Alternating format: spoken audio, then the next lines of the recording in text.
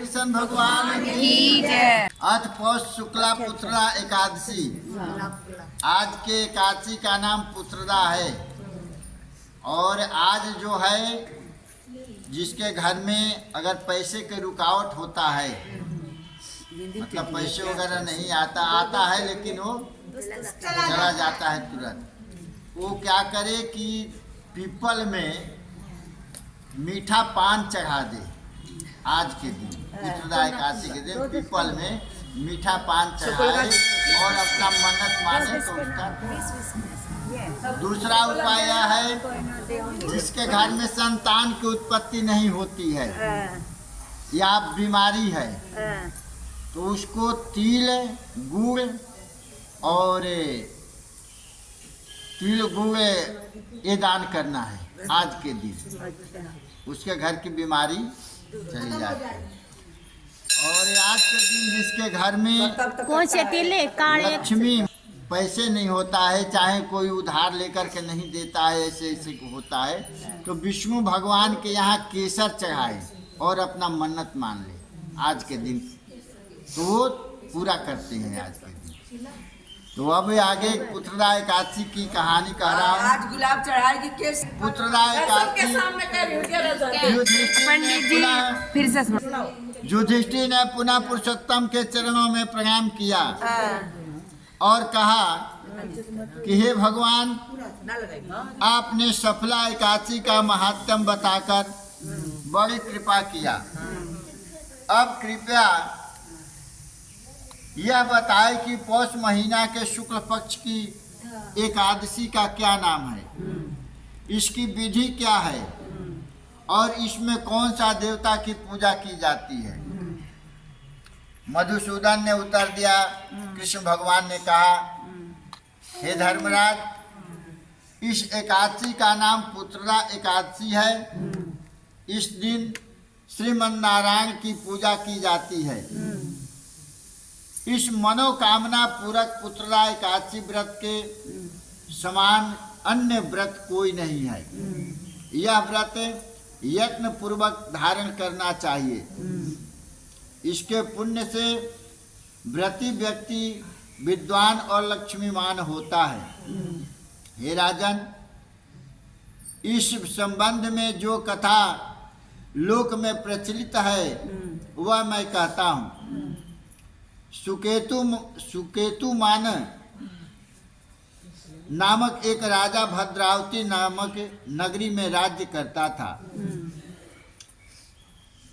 उसकी रानी का नाम शिव्या था। राजा के कोई संतान नहीं थी। उसकी रानी पुत्र की लालसा से सदैव चिंतित रहा करती थी। राजा के मन में भी चिंता थी कि पुत्र न होने पर मेरा पूर्वजों को और मुझे भी पिंडदान कौन देगा। भाई बांधव, धन, हाथी, घोड़े, राज्य और मंत्री, इन सब के होते हुए भी राजा को संतोष नहीं था। इसका एकमात्र कारण था कि पुत्र का न होना। राजा को तो बस यही चिंता थी कि पुत्र के बिना मुझे कौन पिंडदान देगा। आदमी के मुख्य जो होता है, तरंग जो होता है, पिंडदान से ही होता है। ये शरीर को भी पिंड कहा गया है। शरीर पिंड से ही बनता है। तो इसलिए कहा गया है, राजा अपने मन में विचार कर रहे हैं कि सारे कुछ होते हुए भी अगर पुत्र नहीं है तो मुझे कौन तारण करेगा, पिंडदान कौन करेगा, गया श्राद्ध कौन करेगा। बिना पुत्र के पितरों और देवताओं का ऋण मैं कैसे चुका सकूंगा। जिस घर में पुत्र ना हो उसमें अंधेरा रहता है। इसलिए मुझे पुत्र की प्राप्ति के लिए प्रयत्न करना चाहिए। जिसने योग्य पुत्र का मुख देख लिया वह धन्य है। उसको इस लोक में यश और परलोक में शांति मिलती है। जिसके पुत्र हैं उसके दोनों लोग सुधर जाते हैं। पूर्व जन्म के कर्म से ही इस जन्म में सुपुत्र मतलब सुंदर पुत्र मिलता है। धन की प्राप्ति होती है पिछले जन्म के कर्म से। इसी प्रकार चिंता में राजा के दिन कटते गए। एक समय राजा ने अपना जीवन ही समाप्त करने की सोची, परंतु आत्मघात को महान पाप समझकर वह ऐसा नहीं कर पाया। मन में तो आया कि मैं अपना प्राण दे दूं, लेकिन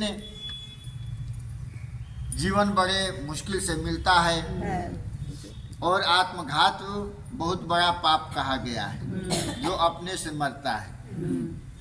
कह रहा है इस लोक में जस और परलोक में शांति मिलती है, इसके दोनों लोग सुधर जाते हैं। पूर्व जन्म के कर्म से ही धन पुत्र वगैरह मिलता है। एक समय राजा ने अपना जीवन ही समाप्त करने की सोची, परंतु आत्मघात को महान पाप समझकर वह ऐसा नहीं कर पाया। ऐसे ही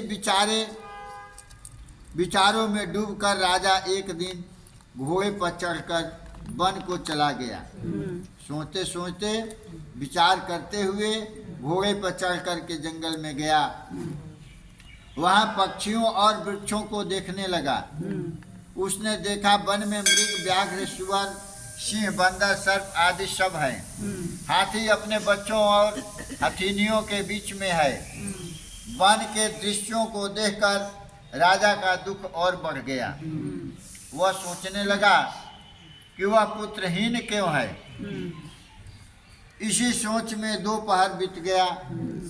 वह सोचने लगा कि मैंने अनेक यज्ञ किए, योग्य ब्राह्मणों को भोजन कराया, उन्हें दान दक्षिणा भी दिया, फिर भी मुझको यह दुख क्यों मिला। कौन सा दुख है? पुत्र का। यह दुख क्यों मिला? भटकते भटकते राजा को प्यास लगी। राजा प्यास के मारे दुखी हो गया। पानी की तलाश में इधर उधर फिरने लगा।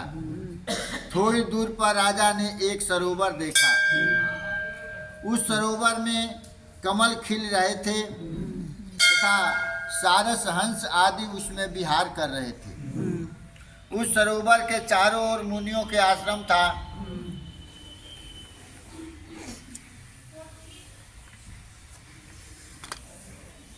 उसी समय राजा के दाहिना अंग फड़कने लगा। राजा शुभ शकुन समझकर घोड़े से उतरा, मुनियों को दंडवत प्रणाम किया। मुनिगणों ने राजा का स्वागत किया, आशीर्वाद दिया और कहा, अपने सामने आसन दिया और राजा मुनिगणों के सामने बैठ गया। राजा को आसन देकर मुनियों ने कहा, हे राजन, हम तुमसे अत्यंत प्रसन्न हैं। तुम्हारी क्या इच्छा है सो कहो। राजा ने उनसे पूछा कि महाराज, आप कौन हैं और किस लिए यहाँ पधारने का कष्ट किए हैं, सो कहिए। मुनियों ने राजा की विनम्रता से प्रसन्न होकर के अपना परिचय दिया। मुनि बोले, हे राजन, हम विश्व देवा हैं और माघ स्नान के लिए आए हैं। आज से 5 दिन बाद जो है माघ स्नान आरंभ हो जाएगा। हे राजन, आज संतान देने वाली पुत्रदा एकादशी है। मुनियों का परिचय पाकर राजा अत्यंत विनम्र भाव से बोला, हे मुनि श्रेष्ठ, मैं आपका सेवक हूँ। यदि आप मुझ पर प्रसन्न हैं तो मुझे भी एक सुपुत्र का वरदान दीजिए। पुत्र नहीं बोला, सुपुत्र बोला।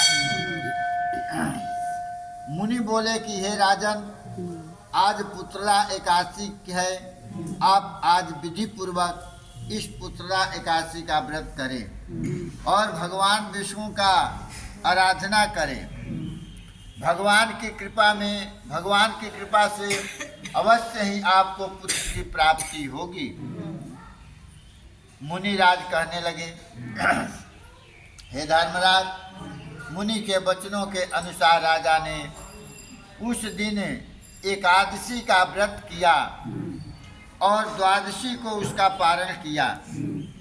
इसके पश्चात मुनियों को प्रणाम करके राजा अपने महल में वापस आ गया। कुछ समय के बाद रानी ने गर्भ धारण किया और उसके एक सुपुत्र का जन्म हुआ।